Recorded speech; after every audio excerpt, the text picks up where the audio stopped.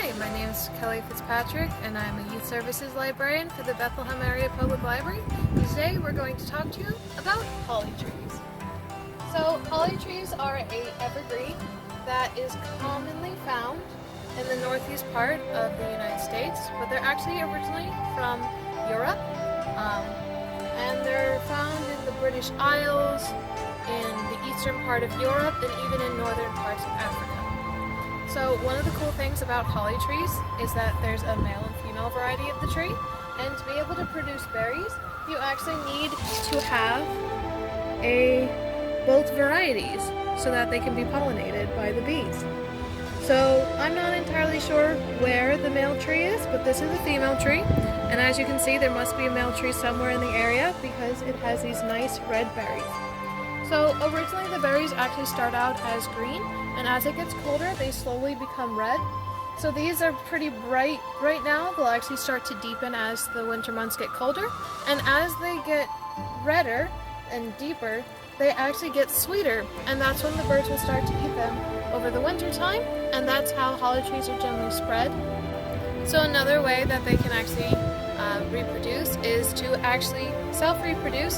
They'll shoot up individual sprouts from the tree that will then split off into a new holly tree. So if you look carefully, when we get closer to the bottom of the tree there's actually more spikes on the leaves, and I don't know if you can see up top how you have less spikes on the leaves and some of them are more rounded.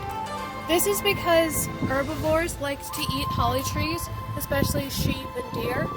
So the lower to the ground that they are, there's more spikes to help protect the tree, and as it gets up taller it doesn't produce as many spikes because it doesn't need to protect itself. You'll also commonly find birds nesting in holly trees. They provide a lot of great protection for them and a lot of material for nesting, as well as food during the winter time.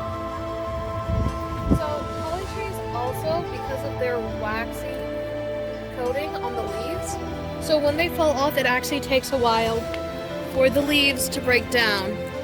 So if you look underneath and further in, you'll see there's a lot of dead leaves that are referred to as skeletons of the leaves because it takes so long for them to break down. So another interesting fact about holly trees is they actually live to be 250 to 300 years old, and in England there's some trees that are as old as 400 years old. So holly trees were originally thought to be a form of protection against the Fae, and so people used to cut branches of the holly tree and bring them into their homes, and then that would mean that either the bad Fae would be kept out or the good Fae would come in and not disturb the homeowners. So because of this, holly trees weren't actually allowed to be cut down.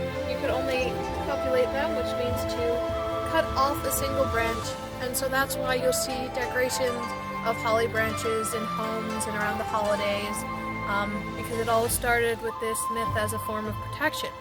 Because of this mythos about holly trees being protected, they became a very much beloved tree. Including in 1861, it's believed that the Duke of Argyll actually routed a road to avoid cutting down a holly tree. So another cool fact about holly bushes in the mythology, they're actually associated with the gods Thor and Taranis, and were believed to bring protection from lightning strikes. The cool thing is that science has actually proven that due to the unique shape of holly bush's leaves and the tree itself, they actually do protect against lightning strikes, acting as a mini lightning rod that will protect the tree and the surrounding area. I hope you enjoyed learning some cool facts about holly bushes, and I'll see you next time. Have a good day!